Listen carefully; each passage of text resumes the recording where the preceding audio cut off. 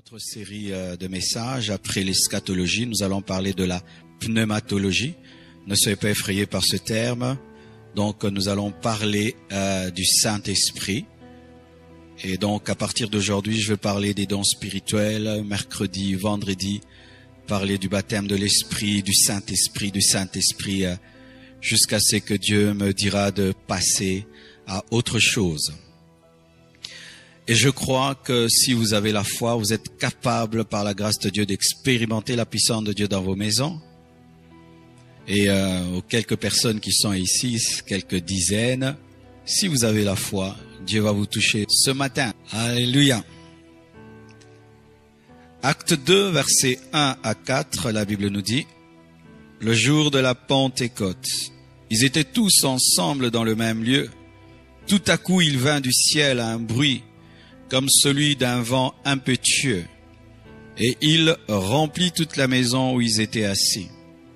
Des langues semblables à des langues de feu leur apparurent, séparées les unes des autres, et se posèrent sur chacun d'eux. Et ils furent tous remplis du Saint-Esprit, et se mirent à parler en d'autres langues selon que l'Esprit leur donnait de s'exprimer. » Nous sommes dans la semaine de Pentecôte et beaucoup d'églises parleront du Saint-Esprit et parlent du Saint-Esprit. Mais vous devez savoir qu'au départ, la Pentecôte n'a pas été une fête spirituelle. En Israël, il y avait des fêtes agricoles qui devenaient des fêtes spirituelles parce que Dieu se sert du physique pour enseigner le spirituel, et comme Israël était un peuple agriculteur, Dieu utilisait leurs fêtes afin d'enseigner ses dispensations et ses opérations. Alors depuis toujours, à la fête de Pentecôte, les Juifs célébraient la moisson, c'est-à-dire le fruit de la récolte de la sémence. Après avoir sémé, c'est qu'on récoltait. C'était une fête agricole qui célébrait la moisson. Alors comment est-ce que la fête de la Pentecôte, qui est une fête agricole, est devenue la fête du Saint-Esprit? C'est parce que l'effusion du Saint-Esprit a coïncidé avec la fête de la Pentecôte. Je donne un exemple. On a toujours fêté ton anniversaire, mettons, le 25 janvier. C'est ton anniversaire. Mais le 25 janvier, un grand homme naît. Qu'est-ce qui va se faire? Lorsqu'on va célébrer le 25 janvier, on parlera plus de sa naissance à lui que ta naissance, parce que sa naissance est supérieure à ta fête. Et ce qui fait que depuis, lorsqu'on parle de la Pentecôte, on ne parle plus d'une fête de moisson agricole, mais on parle de l'effusion de l'Esprit. Et lorsque même nous parlons de l'effusion de l'Esprit, ce n'est pas la venue du Saint-Esprit. Le Saint-Esprit n'est pas venu sur la terre le jour de la Pentecôte, parce que le Saint-Esprit est Dieu. Lorsque tu penses que le Saint-Esprit est une puissance, tu risques de croire que le Saint-Esprit est venu le jour de la Pentecôte. Le Saint-Esprit n'est pas venu sur la terre le jour de la Pentecôte. Le Saint-Esprit s'est manifesté dans l'Église le jour de la Pentecôte parce qu'il était déjà opérationnel depuis Genèse lors de la création. La Bible nous dit que l'Esprit de Dieu se mouvait au-dessus des eaux avant la Pentecôte. Même les révélations que Moïse a reçues, il les a reçues par le Saint-Esprit. Les prophètes qui ont servi Dieu dans l'Ancien Testament l'ont servi par le Saint-Esprit. Donc le Saint-Esprit n'est pas venu le jour de la Pentecôte, mais il s'est manifesté d'une manière plus grande et plus puissante le jour de la Pentecôte. C'est ça l'effusion de l'Esprit. Et comme je l'ai dit, le jour même que l'Église sera enlevée, le Saint-Esprit sera toujours à l'œuvre, parce que même après l'enlèvement, le Saint-Esprit va opérer dans la tribulation, parce qu'on nous dit que dans la tribulation, il y aura un réveil d'Israël, et c'est impossible qu'il y ait un réveil sans le Saint-Esprit. Le Saint-Esprit ne vient pas, il ne va pas, il est Dieu, il est omniprésent, mais dans sa manifestation, il a des opérations. Alléluia. Parce que même Jésus-Christ a été ressuscité par la puissance du Saint-Esprit avant la Pentecôte. Le ministère de Jésus-Christ, c'était un ministère par le Saint-Esprit. C'est le Saint-Esprit qui a dirigé Jésus-Christ dans le désert pour être tenté.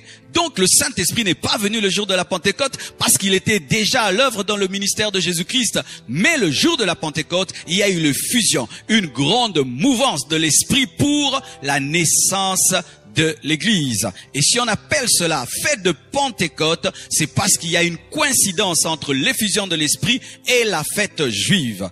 Mais étant donné aussi que la Pentecôte est une fête de la moisson physique, spirituellement, la fête de la Pentecôte est aussi une fête de moisson spirituelle. C'est-à-dire où nous devons, au-delà de parler en d'autres langues, présenter à Dieu une moisson d'âme. Alléluia. C'est-à-dire que la vraie Pentecôte, c'est présenter à Dieu une moisson d'âme, comme en Israël, lors de la Pentecôte agricole, on présentait une moisson d'hommes. Alléluia. Et pourquoi aujourd'hui je parle des dons spirituels?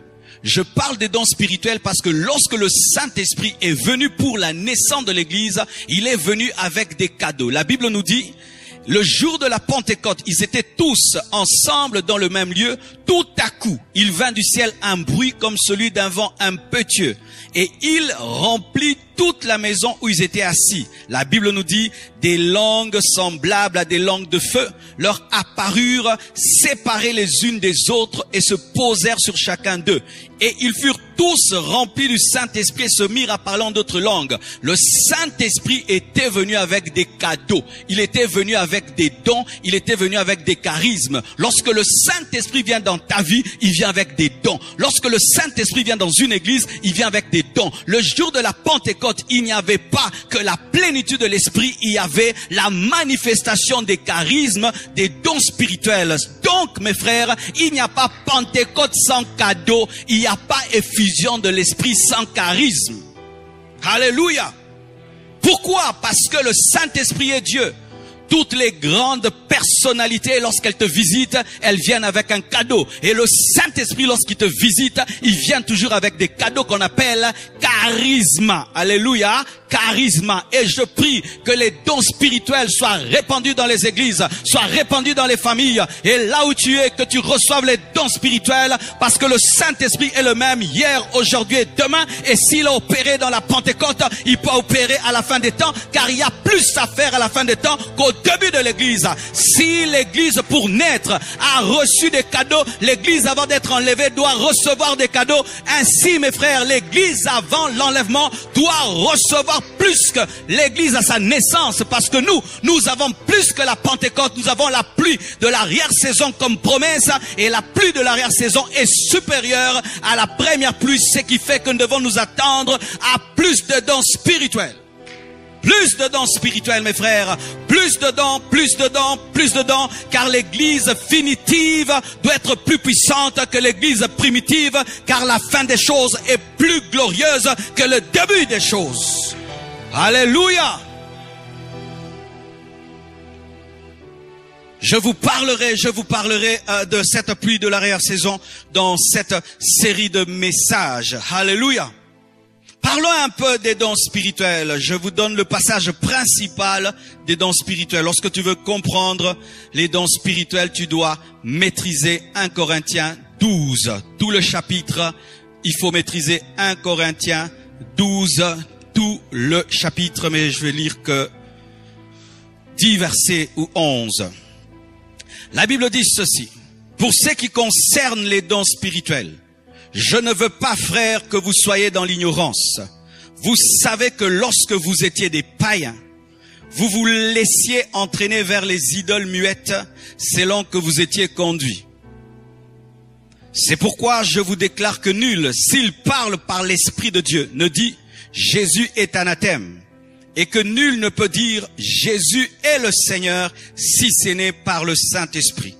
Il y a diversité de dons, mais le même Esprit. Diversité de ministères, mais le même Seigneur. Diversité d'opérations, mais le même Dieu qui opère tout en tout. Le Saint-Esprit donne les dons, Jésus-Christ donne les ministères, le Père donne les dispensations. Alléluia. C'est le Père qui donne la dispensation de la grâce, la dispensation de la loi, mais c'est Jésus qui donne le ministère pastoral, apostolique, doctoral, prophétique. Mais pour les dons spirituels, ce n'est pas Jésus, ce n'est pas le Père, c'est le Saint-Esprit. Ainsi, la Trinité est organisée et hiérarchisée et il n'y a pas de rébellion, il y a des compétitions et des jalousies. Dites Amen. Donc, lorsque tu veux les dons spirituels, va auprès du Saint-Esprit. Tu veux le ministère, va auprès de Jésus-Christ. Tu veux la grâce, va auprès du Père en Jésus-Christ.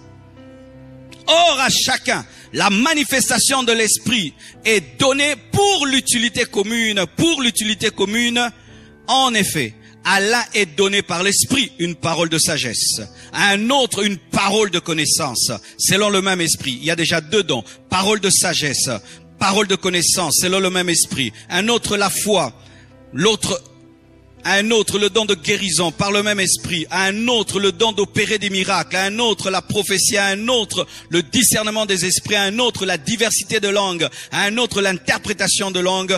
Un seul et même Esprit opère toutes ces choses, les distribuant à chacun en particulier comme il le veut. Le Saint-Esprit est un esprit souverain. Alléluia. Le Saint-Esprit n'est pas une puissance que tu envoies à gauche, à droite. Le Saint-Esprit est un souverain. Alléluia. Le Saint-Esprit, ce n'est pas le feu, mais il donne le feu. Le Saint-Esprit, ce n'est pas l'huile, mais peut opérer dans l'huile. Le Saint-Esprit n'est pas une colombe, mais peut prendre la forme d'une colombe le jour du baptême de Jésus. Le Saint-Esprit est une personne. C'est pourquoi on ne parle pas d'un esprit. Le Saint-Esprit est une personne. Alléluia. C'est une personne omnipotente, omniprésente, omnisciente, souveraine, selon qui le veut. Tu ne peux recevoir les dons du Saint-Esprit sans respecter le Saint-Esprit. C'est pourquoi beaucoup de chrétiens n'opèrent pas dans les dons du Saint-Esprit, parce qu'ils pensent que le Saint-Esprit est une chose, est une puissance et de l'électricité. C'est une personne, car c'est seulement une personne qui donne des cadeaux. Une puissance ne donne pas des cadeaux. Alléluia. Alors mes frères et sœurs, 1 Corinthiens 13, verset 1 à 2, la Bible nous dit: quand je parlerai les langues des hommes et des anges, si je n'ai pas la charité, je suis un airain qui résonne ou une cymbale qui retentit. Et quand j'aurai le don de prophétie, la science de tous les mystères et toute la connaissance, quand j'aurai même toute la foi jusqu'à transporter des montagnes, si je n'ai pas la charité, je ne suis rien. Nous parlerons de tout ça. Entrons en profondeur. Quelle est la définition des dons spirituels? Les dons spirituels sont des manifestations du Saint-Esprit.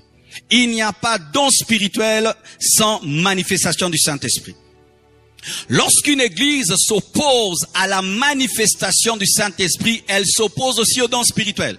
Cher pasteur, lorsque tu ne veux pas qu'il y ait des manifestations de l'Esprit dans ton assemblée, sache que tu es en train de combattre l'action des dons spirituels, parce qu'il faut manifestation pour qu'il y ait charisme. Ainsi, des fois, lorsque nous voulons que toujours les églises soient ordonnées, qu'on chante calmement, qu'on prêche calmement, qu'on prie calmement, et que tout soit toujours comme le programme l'a demandé, rarement il y aura la manifestation de l'Esprit. Il faut laisser l'Esprit de Dieu se mouvoir pour que les charismes se manifestent, parce que c'est dans la manifestation de l'Esprit que l'Esprit de Dieu donne les dons, car les dons spirituels sont des manifestations de l'Esprit. Et lorsqu'on parle de manifestation, c'est quoi? C'est l'expression de celui qui est déjà.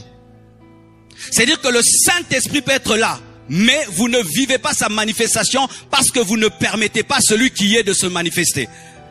Donc il faut d'abord que l'Esprit Saint soit pour que les dons soient. Ainsi, il ne faut pas courir d'abord vers les dons, il faut courir vers le donateur, car ce sont des manifestations de celui qui est. Donc, tu ne peux avoir les dons spirituels sans avoir le Saint-Esprit, car les dons spirituels sont des manifestations du Saint-Esprit. Je ne peux me manifester à un endroit que si j'y suis. Mais je peux y être sans me manifester si on ne me permet pas de parler. Ainsi, dans une église, on peut avoir le Saint-Esprit, mais il n'y a pas de prophétie parce que vous ne permettez pas au Saint-Esprit de parler. Ainsi, dans une église, il peut avoir le Saint-Esprit, mais il n'y a pas de miracle parce que vous ne permettez pas au Saint-Esprit de faire des miracles. Dans une église, on peut avoir le Saint-Esprit, mais il n'y a pas de discernement des esprits parce que vous ne permettez pas au Saint-Esprit de révéler les esprits. Une chose est d'avoir le Saint-Esprit, une chose est de le permettre de se manifester. Les dons spirituels sont des manifestations du Saint-Esprit. Et en grec, ils sont appelés charisma. Que veut dire charisme en grec? En grec, c'est charisma, c'est don, c'est grâce, c'est faveur accordée par Dieu. Ainsi, lorsque tu maîtrises le terme grec charisma, tu ne peux pas t'enfler d'avoir un don. On ne mérite pas les dons spirituels. Oh, je suis tellement spirituel, j'ai beaucoup prié, c'est pourquoi j'ai les dons spirituels. Ce n'est pas un mérite, c'est un charisme. Dans le charisme, il y a la grâce, il y a la faveur imméritée. Alléluia. Et ainsi même, il n'y a pas de dons spirituels génétiques parce que le don ne se transmet pas par le sang, mais se transmet par la grâce divine. Si dans votre famille, vous êtes tous des prophètes, de papa, maman, ce n'est pas qu'on prie, on craint Dieu, mais vous avez un don, ici au Congo, on appelle ça mbikoudi, de que bikula. C'est-à-dire, tu regardes quelqu'un, tu lui donnes sa vie, vous êtes même des païens, mais vous pouvez prédire les choses. C'est un démon héréditaire, amen, hein? C'est un démon qui traverse le sang. Mais dans la parole de Dieu, il n'y a pas de dons qui se transmettent par le sang, parce que ce sont des charismes, des faveurs, des dons que Dieu accorde par grâce. Alléluia. Mais selon le monde, il y a une autre définition de charisme. Lorsqu'on parle de charisme, on parle de quelqu'un qui est séduisant, quelqu'un qui domine les autres, quelqu'un qui charme les autres. On appelle ça aura. Le charisme dans la parole, ce n'est pas être séduisant. Le charisme dans la parole, ce n'est pas avoir de l'ascendance, une ascendance exceptionnelle qu'une personne exerce sur ses interlocuteurs, sur un large public. Ce n'est pas cela. Selon le monde, c'est ça le charisme. Quelqu'un de séduisant, qui a une bonne prestance. Ce n'est pas le charisme. Tu peux avoir une bonne prestance, tu peux être convaincant, mais tu n'as aucun charisme. Alléluia. Tu as seulement du charme. Le charme n'est pas le charisme. Quelqu'un peut être normal, mais il a le charisme. Alléluia. Mais selon le monde, le charisme, c'est l'orgueil quand tu es fier. C'est pourquoi certains dans l'église, au lieu d'avoir les dons, ils ont l'orgueil.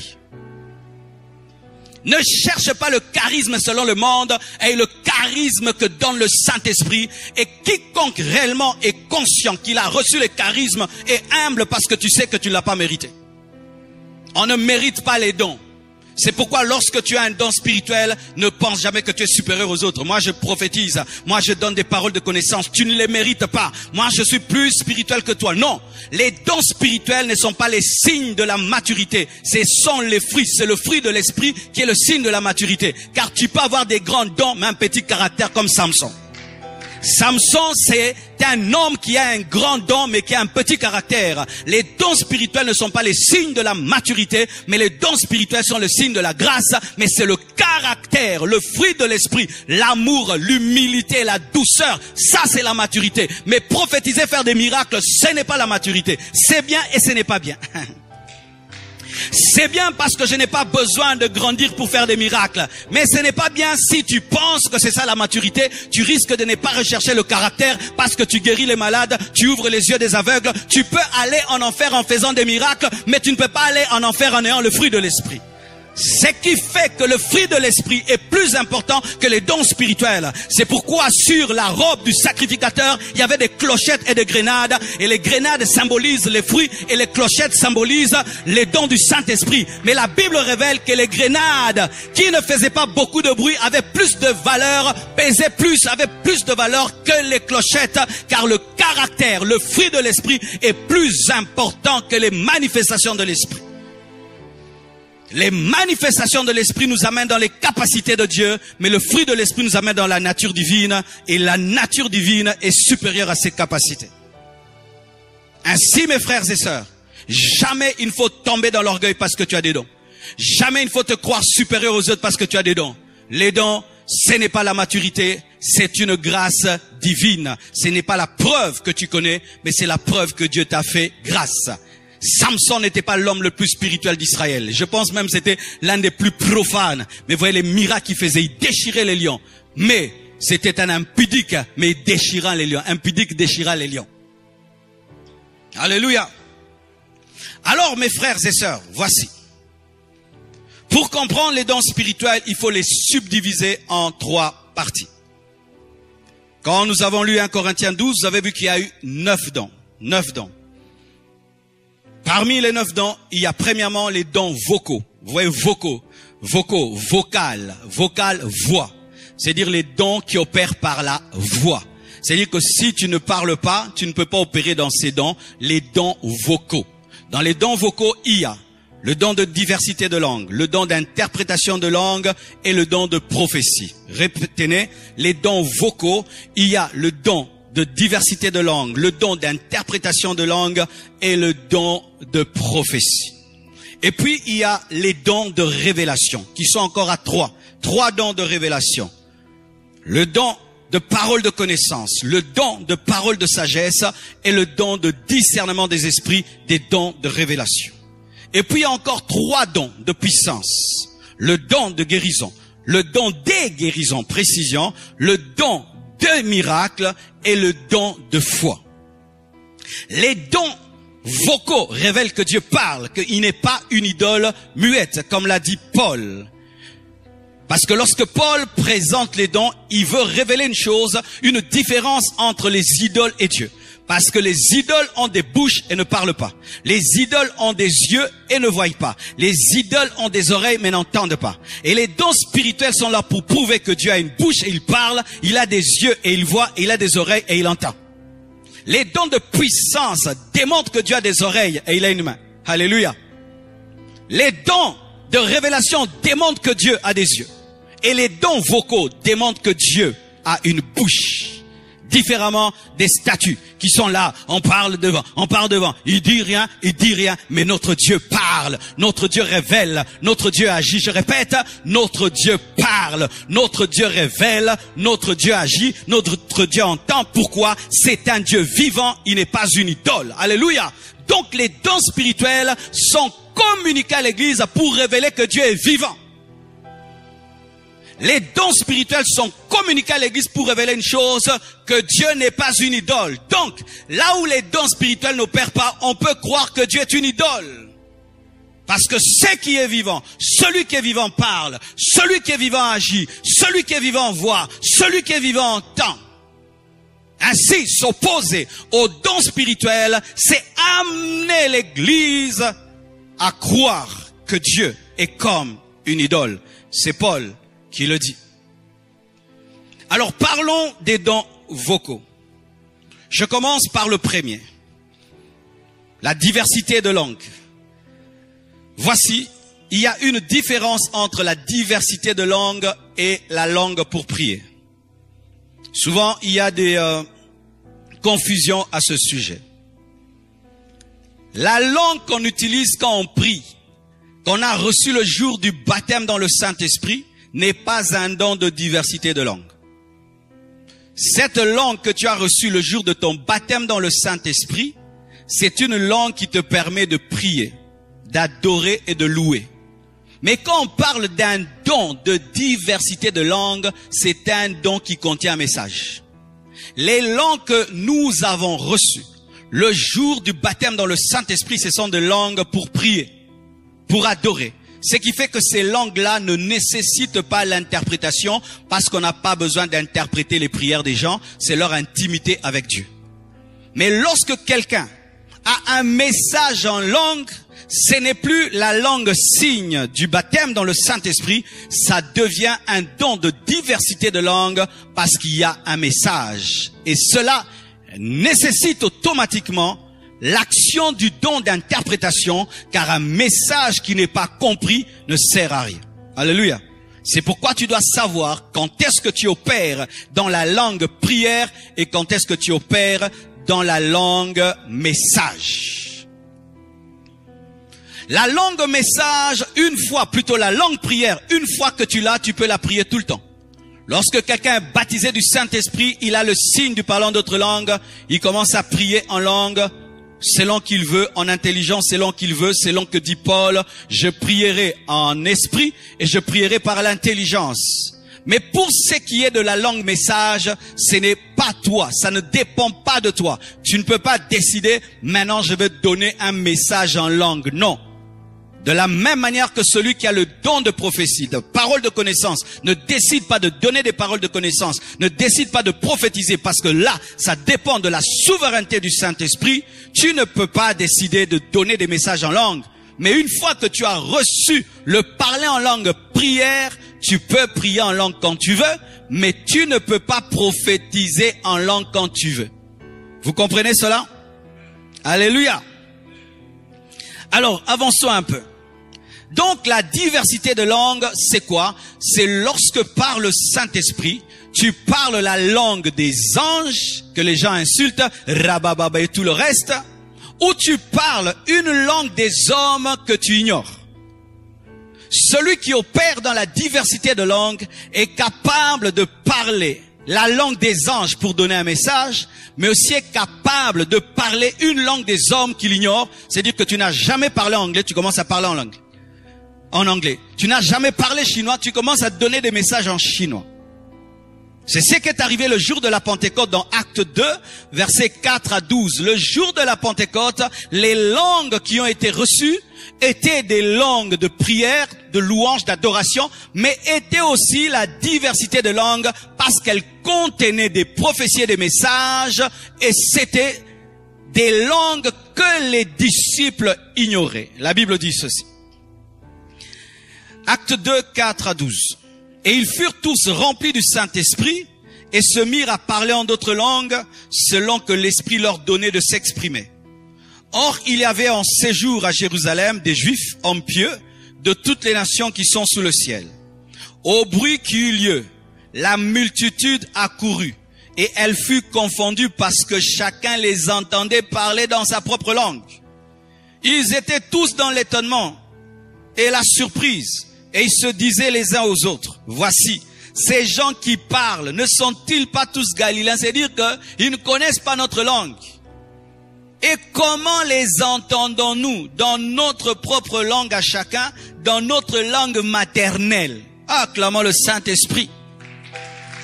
Yes. Parthes, Mèdes, Élamites, ceux qui habitent la Mésopotamie, la Judée, la Cappadoce, le pont de l'Asie, l'Asie, la Pyrgie, la Pamphylie, l'Égypte, le territoire de la Libye, voisine de Cyrène, et ceux qui sont venus de Rome, juifs et prosélytes, crétois et arabes. Ils ont même parlé l'arabe. Alléluia. Comment les entendons-nous? Lorsque les dons spirituels se manifestent, le monde pose des questions. Alléluia.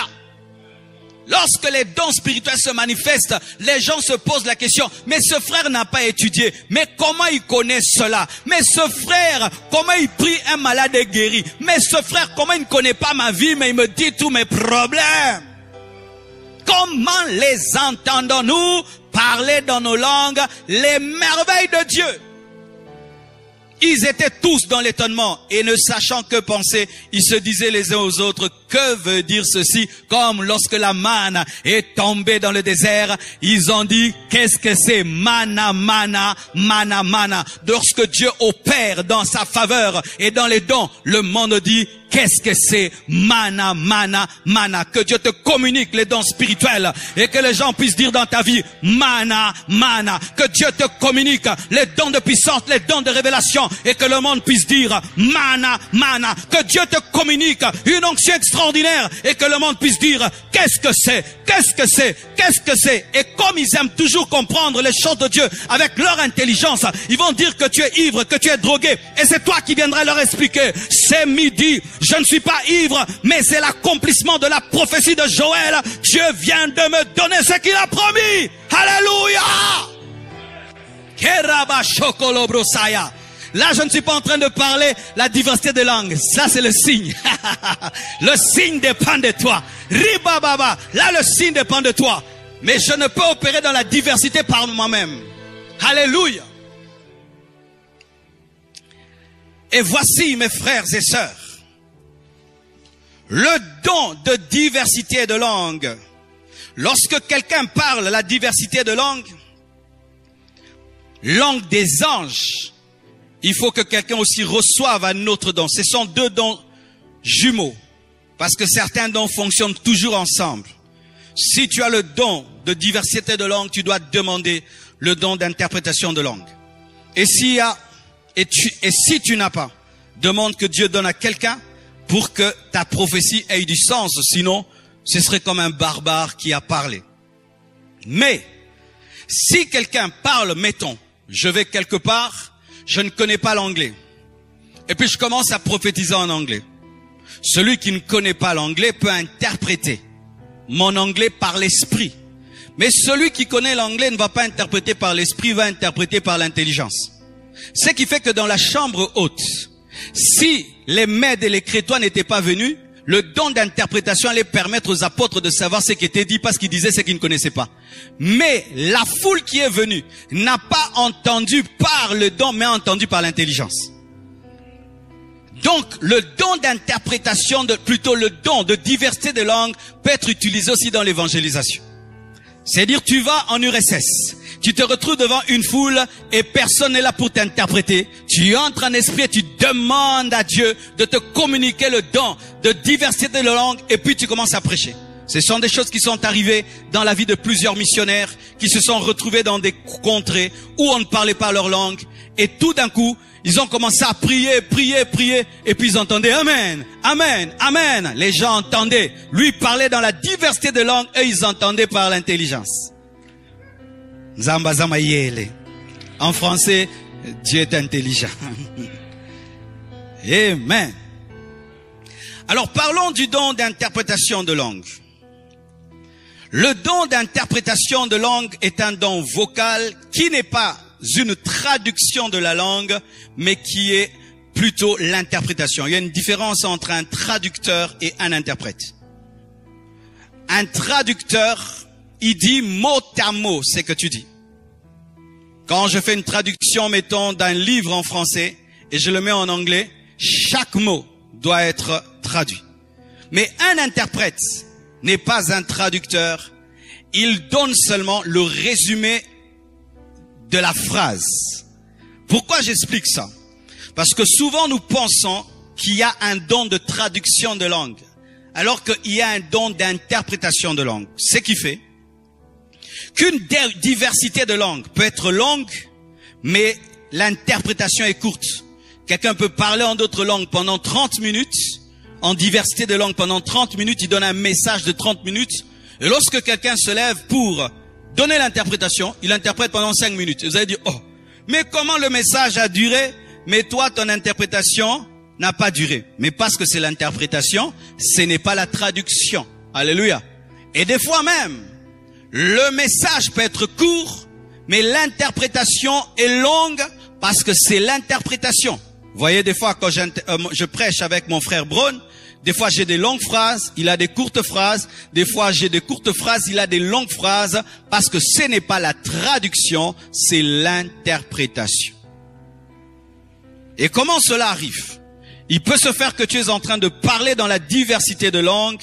Et pendant que tu parles la diversité de langues, dans ton esprit, tu reçois les mots en français ou en lingala. Ou quelqu'un d'autre peut être en train de parler dans la diversité de langues. Et toi, là où tu es, tu n'es pas lui. Tu entends ce qu'il dit, mais dans une langue que toi, tu connais. Et je vous assure, les dons de diversité de langue et d'interprétation opèrent dans les églises, mais souvent les gens ne croient pas. Ils disent, ce sont mes pensées. Ça doit être ma pensée. Ça doit être ma pensée. Comment pendant que le frère est en train de parler en langue, moi j'entends d'autres choses? Non, c'est le don d'interprétation qui opère. Alléluia. Mais l'idéal, lorsqu'on a le don de diversité de langue, c'est mieux que toi-même tu aies l'interprétation, parce que des fois tu peux être dans un endroit, tu as donné un message en langue, mais tout le monde est distrait, les gens ont peur, ils ne croient pas, et puis le message ne va pas passer, et là il faut s'asseoir. Et là encore, lorsque une assemblée est en train de prier, en général nous sommes à 1000, tout le monde prie, tout le monde peut faire la prière en langue. Mais lorsque tout le monde est calme et toi tu commences à parler fort, là ce n'est plus la prière, c'est un message. Là nous allons nous taire, nous attendons que tu interprètes. Et si tu n'interprètes pas, tu t'assieds. Pourquoi? Tu es comme un barbare qui dit des choses bonnes, mais nous n'entendons pas et nous ne savons pas dire Amen à une prière que nous n'avons pas entendue.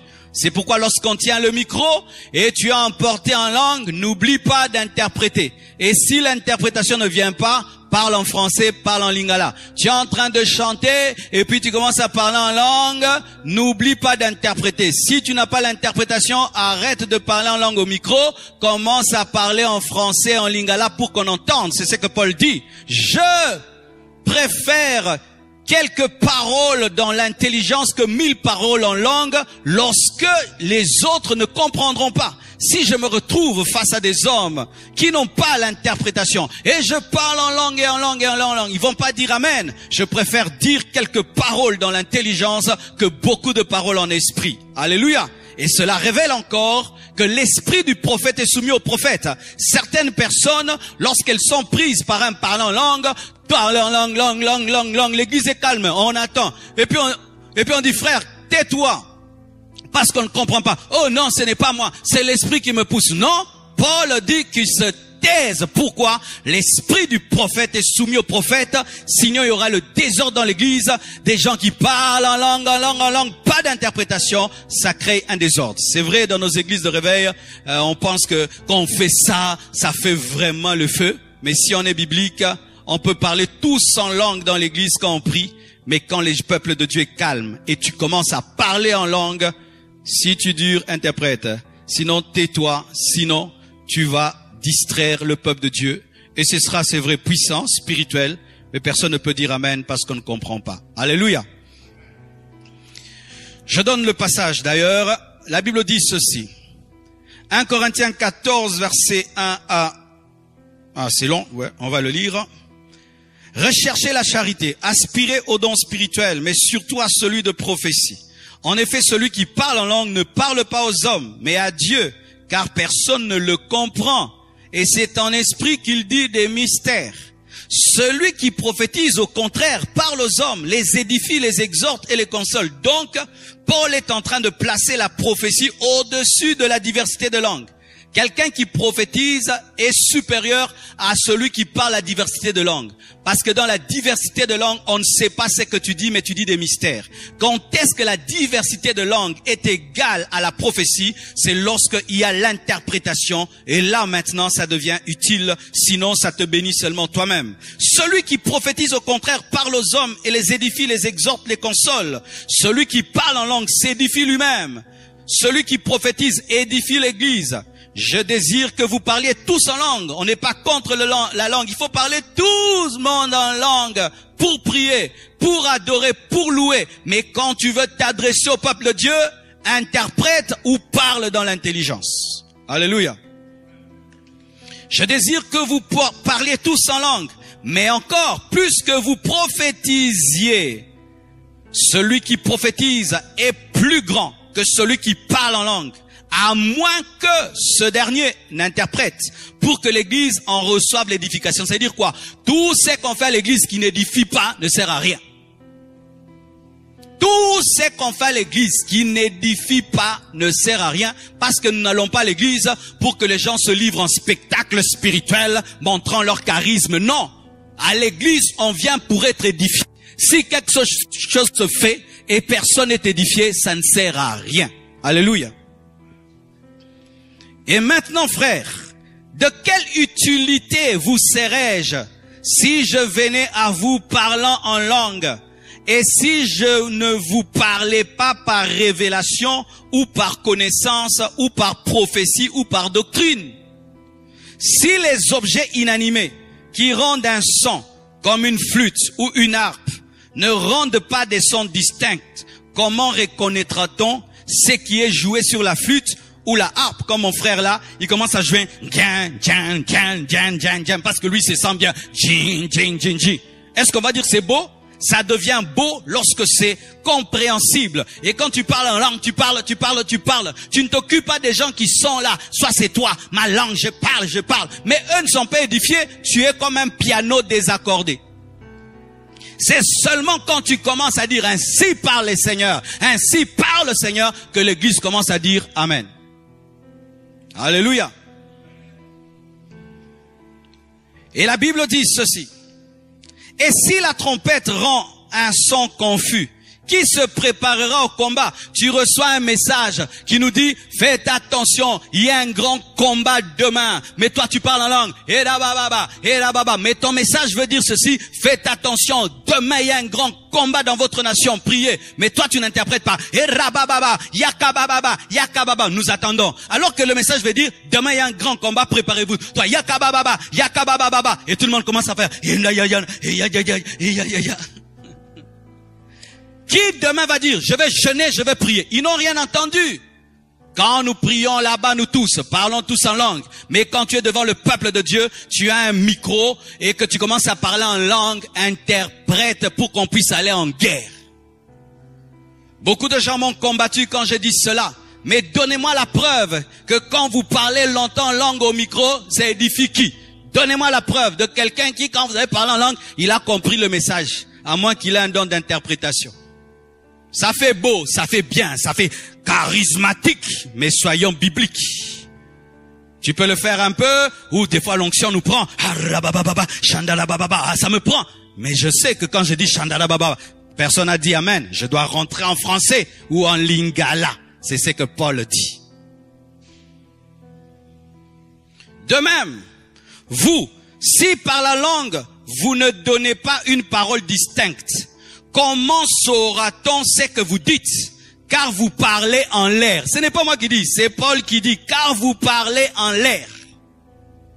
Quelque nombreuses que puissent être dans le monde les diverses langues, il n'en est aucune qui ne soit une langue intelligible. C'est-à-dire quoi? Toutes les langues qui existent, on peut les comprendre, même la diversité des langues. Alors si tu parles une langue, tu dois l'expliquer. C'est ce que Paul veut dire. Car même la langue des anges a un sens. Je suis chinois, je viens dans une église de Congolais, je vais faire l'effort d'avoir un interprète. Parce que même si je leur dis Dieu est puissant, Dieu est fort en chinois, ils vont pas dire amen. Ils doivent entendre pour dire amen. Et si même tu viens avec la langue du ciel, si personne ne la comprend, personne n'est édifié. Toi tu te sens spirituel, mystérieux, glorieux, édifié, mais eux ne sont pas édifiés, à moins qu'ils soient des hypocrites. Alléluia. Si donc je ne connais pas le sens de la langue, je serai un barbare pour celui qui parle. Et celui qui parle sera un barbare pour moi. Beaucoup de cultes sont des cultes des barbares.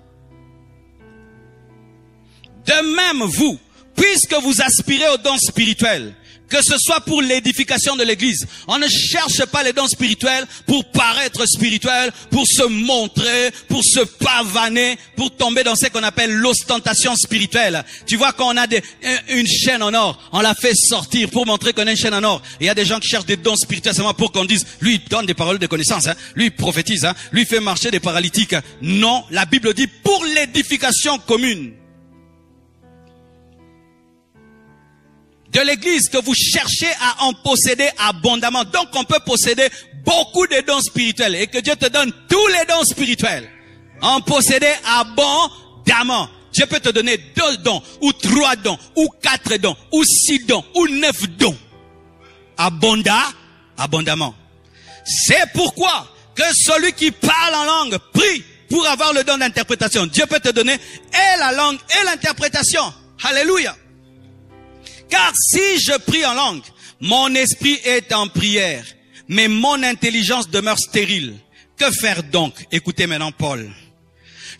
Il dit je. Le je là est très important. Je prierai par l'esprit. C'est moi donc qui décide de prier par l'esprit.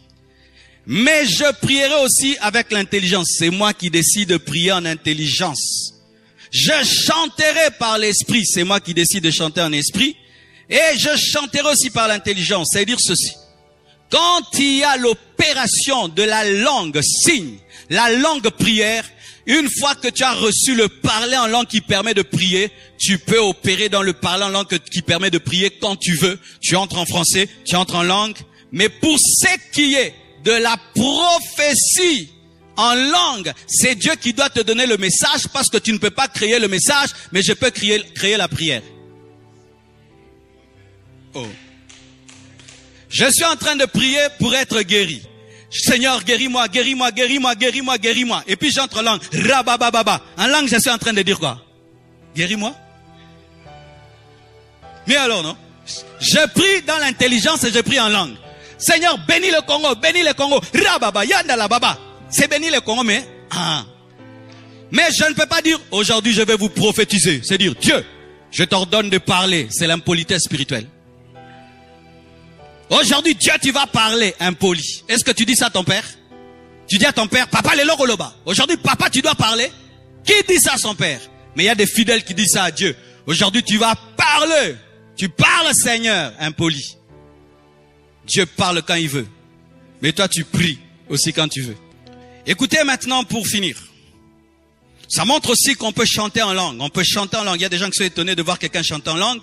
Mais quand une chorale chante en langue dans ta chambre. Alléluia. Alléluia. Chante en langue dans ta douche. Chante en langue dans ta voiture. Mais quand tu viens à l'église chanter, nous on doit entendre. Parce que si tu dis, je sens que c'est bien, mais je ne sais pas ce que tu dis. Qui entend quand quelqu'un chante la langue? Personne. Paul parle de la langue comme étant un usage personnel. La langue prière, c'est un usage personnel. C'est comme ta brosse à dents. Qui vient avec sa brosse à dents ici? En public, on vient avec la brosse à dents. Mais tous les jours, nous utilisons la brosse à dents. Matin, soir. Même certains, 3 fois. Mais tu ne viens pas ici avec ta brosse à dents. Pourquoi? Ce n'est pas l'endroit. Je ne peux pas venir ici. Maintenant, prions. Dans mon micro. Non. Quand je veux parler en d'autres langues, comme je sais que ma langue ne va pas t'édifier, je fais mon micro, je le mets de côté. Et quand je prends le micro, que Dieu vous bénisse, que Dieu vous élève, devenez puissant. Sois puissant, sois puissant, sois puissant, sois puissant. Mais si je dis Rika Baba, Yika Baba, Yondo Baba, Yeka Mama, Yandaba, Nalobinini, je dis quoi? Mais si je dis Riba Baba, ainsi parle le Seigneur t'élève. Ah, ou là je dis Amen. Quand il y a l'interprétation, je dis Amen. Quand il n'y a pas d'interprétation, tu parais seulement spirituel et ouin. C'est pour toi-même. Fais ça dans la chambre. Je sens des combats. J'assume ça. Présentez-moi des versets qui prouvent le contraire.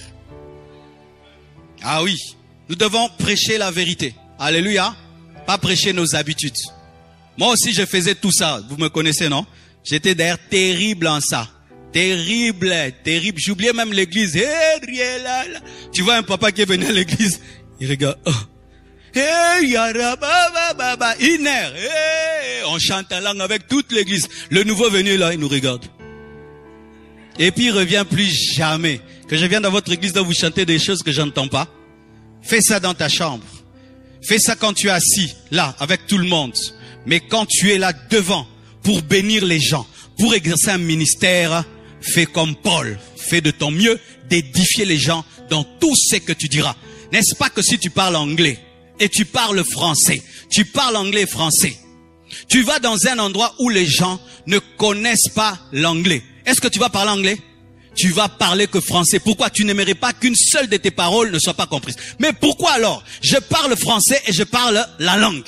J'arrive à un endroit. Je sais que ce sont des francophones. Vous comprenez ça?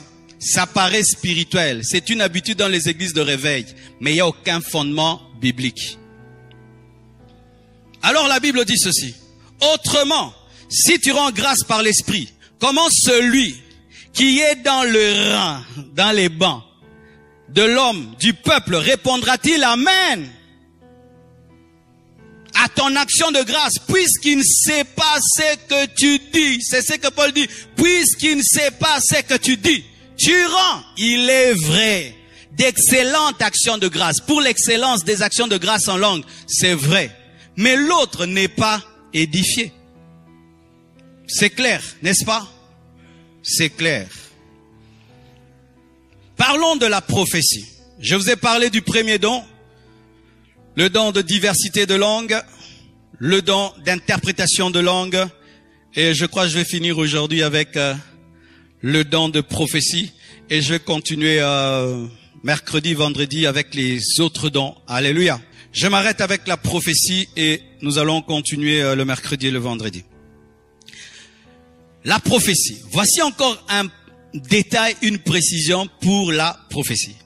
Souvent dans nos églises de réveil, on appelle prophétie parole de connaissance. Non, la prophétie, ce n'est pas la parole de connaissance. Basiquement, la prophétie n'est pas d'abord un don de révélation. La prophétie est d'abord un don vocal qui a comme but, selon 1 Corinthiens 14, verset 3, celui qui prophétise au contraire parle aux hommes.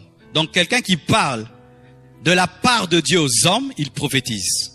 Les édifie. Quelqu'un qui parle de la part de Dieu aux hommes pour les édifier, les exhorte pour les exhorter, les consoler, il a prophétisé. Comme là, je prophétise.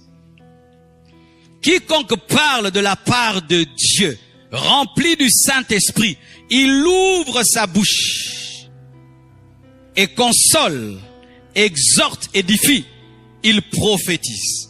C'est l'un des dons qui sont les plus courants, mais que les gens n'aiment pas. Pourquoi? On a compliqué le don de prophétie en faisant du don de prophétie un don de révélation. Alors si quelqu'un te dit, le Seigneur me parle, il me dit, prends courage, il t'aime, il te fortifie. Tu dis, ah, ça c'est quel genre de prophétie? Tu n'as pas donné le nom de ma mère, ni l'adresse, ni mon nom du village. Ça c'est pas la prophétie. Non? La prophétie exhorte, console, édifie. La prophétie peut te dire, le Seigneur me dit que tu dois prier davantage. Tu dois te relever dans la prière. Et si tu persévères, tu verras sa gloire. C'est une prophétie, même s'il n'y a pas le nom et l'adresse et la couleur de la porte de la maison. Amen. Parce qu'il y a beaucoup qui rejettent leur don de prophétie parce qu'ils veulent que la prophétie devienne la parole de connaissance. Mais, écoutez encore, ça j'expliquerai à la fin. Souvent nous subdivisons les dons parce que nous sommes des hommes. On met la prophétie là, la parole de connaissance c'est là. Alors que les dons en soi, ils sont mélangés. Quelqu'un peut exercer le don de prophétie dans lequel il y a la parole de connaissance. Quelqu'un peut te donner une parole de connaissance, une prophétie qui contient une parole de connaissance. C'est-à-dire, il te parle de la part de Dieu, le don de prophétie, mais maintenant il reçoit une révélation de ton passé caché, ou de ton présent caché, ou de ton futur caché. Donc la prophétie a porté la parole de connaissance. La prophétie peut transporter la parole de sagesse. La prophétie même peut transporter le don de guérison. Quelqu'un peut te prophétiser puis tu es guéri. Alléluia. Mais nous souvent nous mettons, ça c'est non. Tu peux avoir 4 dons qui fonctionnent au même moment. Alléluia. Parce que le don de guérison de miracle, souvent ça se mélange. Alléluia. Vous voyez même, on en parlera. Philippe est descendu en Samarie. Il a opéré des guérisons et des miracles. Les dons étaient mélangés. Amen. Alors la prophétie. Retenez que la prophétie n'est pas d'abord un don de révélation, mais c'est un don d'expression. Alléluia. Un don d'expression. C'est-à-dire que si une fois même, tu vois même quelqu'un, tu dis, je sens, Dieu me dit de te dire qu'il t'aime beaucoup. Ah, c'est pas une prophétie, c'est une prophétie. Peut-être il traverse une période, il a absolument besoin qu'on lui dise que Dieu l'aime beaucoup. Il n'a pas besoin du nom de sa grand-mère, ni du numéro de sa chaussure. Je parlerai même de tout ça en évoluant dans les messages. Mes frères et sœurs, le don de prophétie ne peut opérer que si tu ouvres la bouche. Il y a des gens qui ont le don de prophétie, mais qui ont des bouches fermées. Comment tu vas prophétiser? Toi, tu n'ouvres jamais la bouche. C'est-à-dire que chaque fois que tu reçois une inspiration pour consoler, pour édifier, exhorter, tu dis, ce sont mes pensées. Ça, ce sont mes pensées. Ça, ce sont mes pensées. Mon frère, le Saint-Esprit n'opère pas comme un démon pour parler dans ta bouche alors que tu ne veux pas. Amen. Hein? Ce sont les démons qui, quand tu chasses, ils disent, non, Bimate, je sors pas, sans la permission de la personne. Mais le Saint-Esprit, pour parler dans ta bouche, a besoin de ta permission. C'est-à-dire que tu peux avoir le don de prophétie, mais tu n'opères jamais dans le don prophétique parce que tu n'ouvres pas ta bouche. Alléluia. Alors, mes frères et sœurs, retenez ceci, il y a 3 dons vocaux. Le don de diversité de langues, un don qui te permet de parler de la part de Dieu dans un message des anges ou dans une langue que tu ignores. Le don d'interprétation de langue, c'est un don qui te permet d'interpréter, de comprendre une prophétie donnée en langue ou donnée dans une langue de ce monde, mais que tu ne connais pas. Et le don de prophétie, c'est un don d'expression vocale qui permet d'exhorter, d'édifier et de consoler, mais qui peut aussi devenir un don de révélation lorsqu'il contient des dons de révélation comme la parole de connaissance, la parole de sagesse et le discernement des esprits, et qui peut aussi libérer la puissance si il y a le don de foi et le don de miracle et de guérison qui opèrent avec elle. Donc, c'est ce que j'avais à vous partager aujourd'hui et nous allons prier le Seigneur. La Bible nous dit d'aspirer. Il faut aspirer aux dons spirituels. Il faut désirer les dons spirituels. Si tu désires les dons spirituels, Dieu te communique les dons spirituels. Dieu ne peut pas te donner ce que tu n'aimes pas. Et si tu te contentes d'un don, tu vas t'arrêter à ce don-là. Mais nous voyons Moïse, après qu'il ait vu la mer rouge s'ouvrir, des miracles et des prodiges, il a dit à Dieu, si j'ai trouvé grâce à tes yeux, fais-moi voir ta gloire. Il ne faut jamais se complaire, tomber dans un parking spirituel, dans le domaine spirituel. Il faut toujours avoir soif que Dieu ajoute, que Dieu augmente. Mais aussi, lorsque tu demandes les dons spirituels, tu dois savoir ceci, qu'il y a aussi la souveraineté du Saint-Esprit, car il donne à chacun de nous selon qu'il veut. Je peux demander à Dieu le don de guérison, lui trouve bon de me donner le don de prophétie. Je peux demander à Dieu la parole de connaissance, mais lui trouve bon de me donner le discernement des esprits, car la Bible nous dit que l'homme ne reçoit que ce qui lui a été envoyé du ciel. Aime ce que Dieu te donne, n'envie pas les autres, ne combat pas les autres, car Jean n'a jamais combattu Jésus-Christ. Il a accepté la grâce de Jésus-Christ. Ne combat pas la grâce des autres. Si tu ne la comprends pas, prie Dieu qui te l'explique. Aime ce que Dieu te donne et utilise-le pas pour toi, pas pour ta gloire, pas pour te faire de l'argent, pas pour te faire un nom, mais pour édifier les autres. Car Dieu ne nous donne pas les dons spirituels pour être des stars et des vedettes à l'église, mais pour être des serviteurs à l'église, pour servir les autres. Prions le Seigneur. Personne ne peut avoir les dons spirituels sans avoir Jésus. Tu dois d'abord avoir Jésus. Dieu ne donne pas les dons spirituels aux païens. Tu dois avoir le Saint-Esprit. Dieu ne peut te donner les dons spirituels sans le Saint-Esprit, car c'est le Saint-Esprit qui communique les dons spirituels. Celui qui n'a pas le Saint-Esprit ne peut avoir les dons spirituels. Et celui qui n'a pas Jésus ne peut avoir le Saint-Esprit. Donc tu dois avoir Jésus pour avoir le Saint-Esprit. Et si tu as le Saint-Esprit, tu peux avoir les charismes. Alléluia, prions. Alléluia, alléluia. Alléluia, alléluia. Alléluia. Hallelujah, hallelujah, hallelujah. Hallelujah, hallelujah. Hallelujah, hallelujah. Hallelujah, hallelujah. Remplis-moi. Communique-moi tes dons. Remplis-moi, oh, remplis-moi. Communique-moi tes dons, les dons vocaux, les dons de puissance, les dons de révélation. Communique-moi ton feu, communique-moi ta grâce, communique-moi tes faveurs. Ouvre mes yeux, ouvre mes yeux, ouvre mes yeux. Communique-moi ton feu, alléluia. Communique-moi ta flamme, Saint-Esprit, ouvre mes oreilles, ouvre mes yeux, enflamme mes mains, enflamme mes mains, enflamme mes mains, communique-moi ton feu, alléluia, communique-moi ton feu, communique-moi ton feu. Oh, communique-moi ton feu. Communique-moi ta puissance. Que les malades soient guéris. Que les signes et les prodiges se produisent dans ma vie. Reçois dans ta maison. Reçois dans ta maison. Alléluia. Reçois dans ta chambre. Alléluia. Reçois dans ta voiture. Oh, Saint-Esprit touche. Saint-Esprit touche.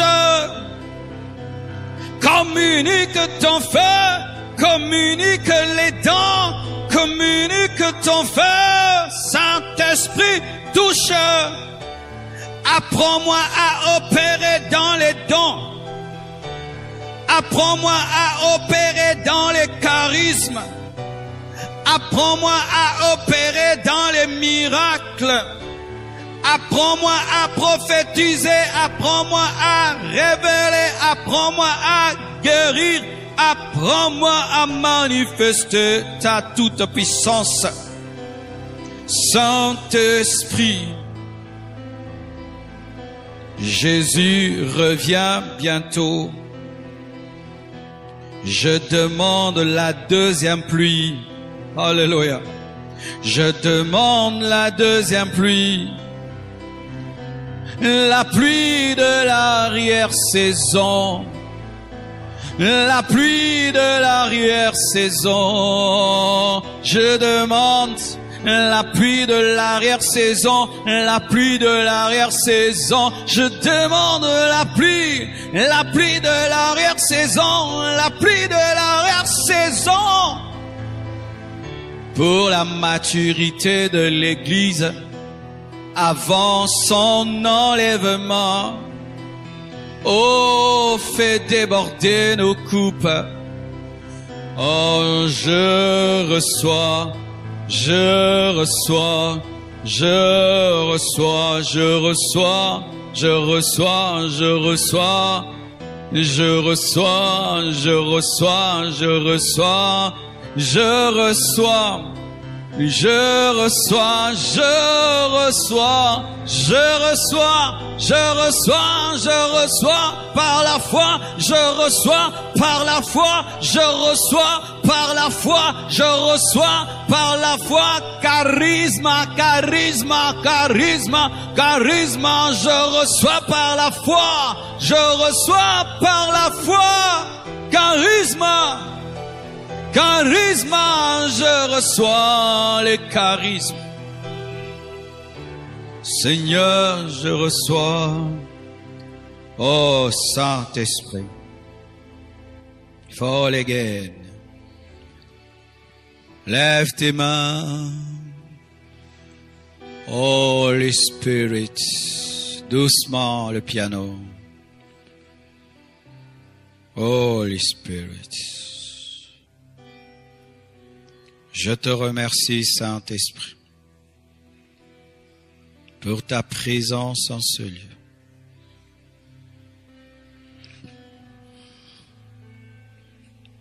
Je te prie, selon ta souveraineté, de communiquer les dons spirituels.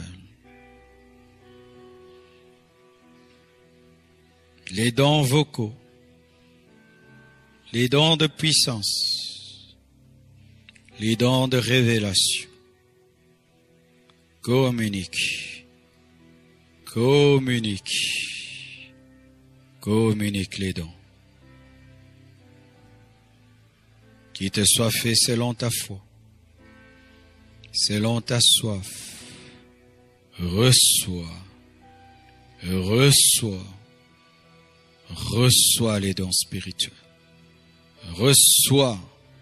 Reçois la communication des dons spirituels pour la manifestation du Dieu qui voit, du Dieu qui entend, du Dieu qui parle, du Dieu qui touche et qui agit. Reçois la sagesse d'exercer les dons spirituels. Reçois l'intelligence d'exercer les dons spirituels. Reçois l'audace d'exercer les dons spirituels. Toi qui veux ces choses et qui n'as point encore donné ta vie à Jésus, il est impossible de recevoir son eau si tu n'as pas reçu Jésus.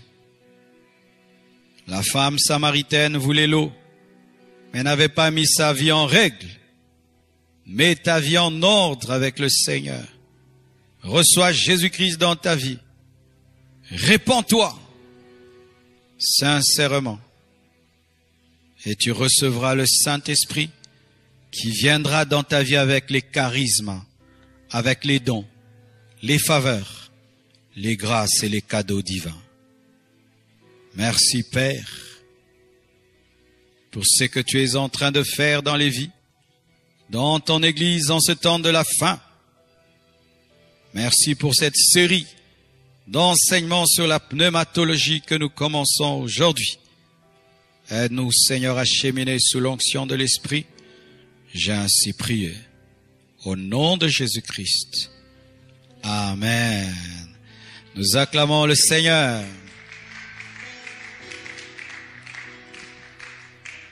Que Dieu vous bénisse abondamment. Donc, le mercredi et le vendredi, nous allons continuer avec les dons de révélation et puis ensuite les dons de foi. Et ensuite, j'aurai à donner, parler de beaucoup de choses. Après, nous parlerons sur les dons, comment libérer les dons de miracles, de prophétie. Nous allons parler aussi de la différence entre le prophétisme dans l'Ancien Testament et le Nouveau Testament. Nous allons parler aussi de la contamination des dons, comment quelqu'un peut communiquer à un autre les dons spirituels. Et tellement de choses. Que Dieu vous bénisse abondamment. Vous voulez contribuer à la construction du temple, à l'avancement de cette œuvre. Vous allez voir un panneau qui sera mis à la fin de cette vidéo et je prie vraiment qu'on puisse la garder un peu longtemps car plusieurs veulent contribuer, mais ce panneau passe trop vite. Envoyez vos dons, ils arriveront certainement et Dieu vous bénira abondamment. Je tiens à recevoir tous ceux qui se sont connectés pour la première fois, qui ont suivi pour la première fois le live. Écrivez-nous dans les commentaires, vous nous suivez d'où, de quel pays, de quel continent et nous sommes heureux de vous recevoir. Partagez cette vidéo et priez pour nous. Merci beaucoup. Seigneur Dieu de gloire, je prie que tu bénisses les offrandes. Je prie, Père éternel, que tu bénisses tous ceux qui vont donner en ligne et partout dans le monde. Je prie qu'ils vivent ta grâce, ta faveur, ta bonté, ta bénédiction, Père éternel. Je prie que tu ouvres les portes et je prie que tu donnes la vision, la provision de la vision, les moyens pour atteindre tes buts, Seigneur. Étonne-nous en cette année, en dépit de la crise, en dépit, Seigneur Dieu de gloire, de cette pandémie, que nous soyons, Seigneur Dieu de gloire, épargnés de tout besoin. Au nom de Jésus, vous êtes bénis, vous êtes bénis, vous êtes bénis, et bon dimanche chez vous. Merci beaucoup.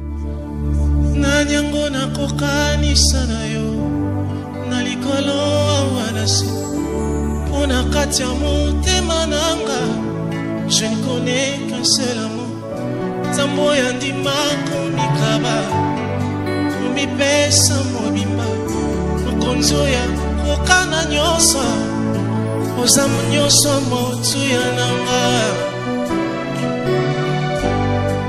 Oza nyosa motu yananga.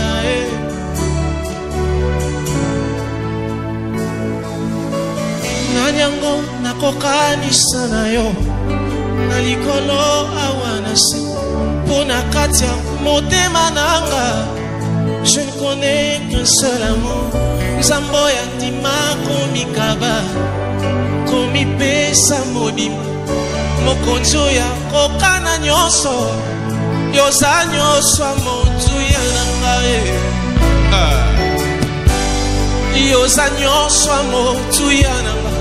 Je vais le chanter avec quelqu'un à la maison. Nanyango nakokanisa na yo na likolo awanase kuna katia motema nanga. Je ne connais qu'un seul amour.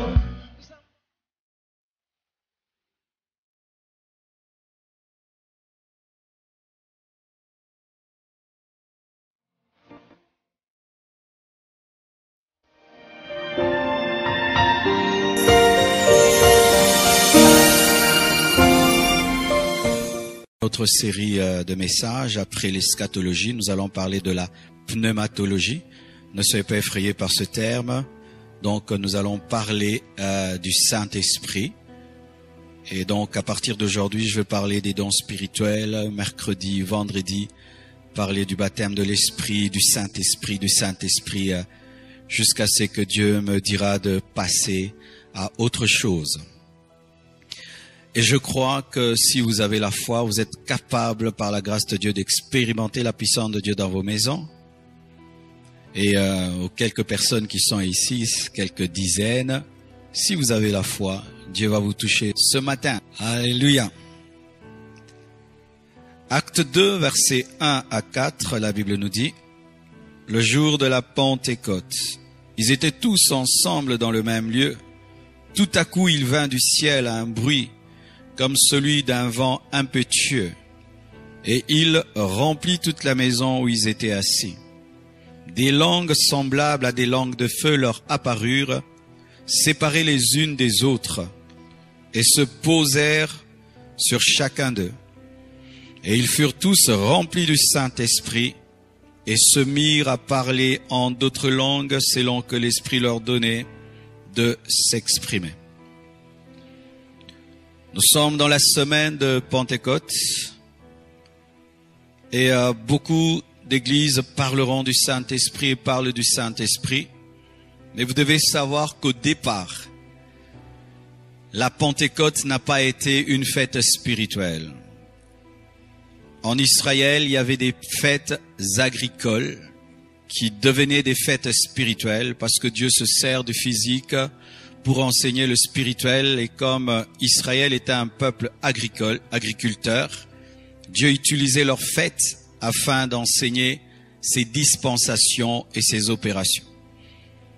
Alors depuis toujours, à la fête de Pentecôte, les Juifs célébraient la moisson, c'est-à-dire le fruit de la récolte de la sémence. Après avoir sémé, c'est qu'on récoltait.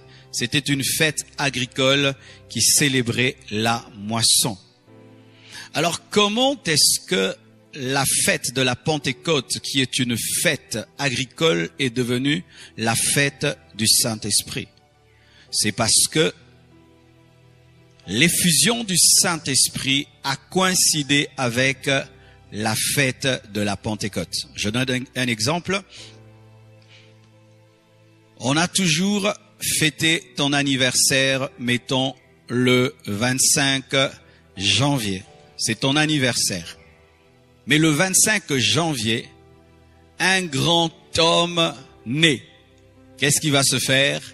Lorsqu'on va célébrer le 25 janvier, on parlera plus de sa naissance à lui que ta naissance, parce que sa naissance est supérieure à ta fête. Et ce qui fait que depuis, lorsqu'on parle de la Pentecôte, on ne parle plus d'une fête de moisson agricole, mais on parle de l'effusion de l'Esprit. Et lorsque même nous parlons de l'effusion de l'Esprit, ce n'est pas la venue du Saint-Esprit. Le Saint-Esprit n'est pas venu sur la terre le jour de la Pentecôte, parce que le Saint-Esprit est Dieu.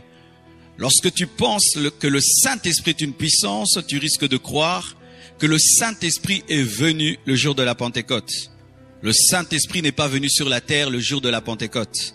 Le Saint-Esprit s'est manifesté dans l'Église le jour de la Pentecôte parce qu'il était déjà opérationnel depuis Genèse lors de la création. La Bible nous dit que l'Esprit de Dieu se mouvait au-dessus des eaux avant la Pentecôte.